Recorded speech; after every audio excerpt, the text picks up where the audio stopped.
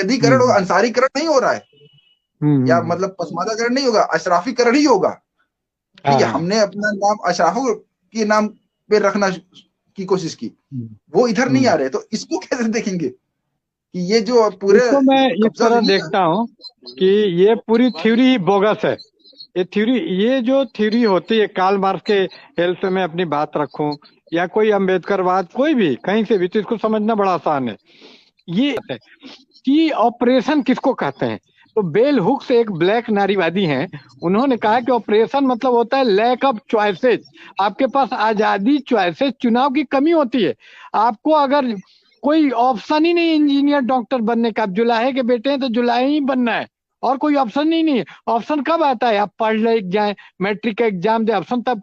लेकिन पढ़ने का तो आपके पास साधन नहीं है, गरीब है, तो क्या ऑप्शन बच जाता है कि बाबूजी जी करते थे हम भी करें, अब्बा का धंधा करें। तो ऑप्शन की कमी ऑपरेशन का पहला लक्षण है। तो जिसके पास ऑप्शन ही नहीं है, उसको ये बोलना है कि अपनी इच्छा से उसका नकल कर रहा है, उसका नकल कर रहा है। नकल करना नहीं, हम तो गुलाम की स्थिति में है, तो ऐसा आरोप लगाना बिल्कुल ये बहुत फालतू चीज है। साइको एनालिसिस के हिसाब से भी और सोशोलॉजी के हिसाब से भी।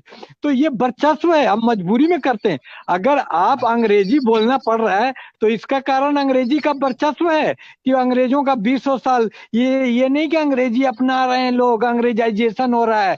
ये तो अपने, इसको ऐसे बोला जा सकता था, ईमानदारी से बोला जाता कि देश में ब्राह्मणों का वर्चस्व है, उन्हीं के विचारधारा को बेचारे को अनचाहे मानना पड़ता है। आज हमको हरिवंश राय बच्चन या ब्राह्मण इकबाल को पढ़ना पड़ रहा है, गालिब को, इसलिए नहीं कि गालिब पसंद है, गालिब से तो हम सख्त घृणा करते हैं। उससे बड़ा तो झूठा आदमी कोई नहीं है।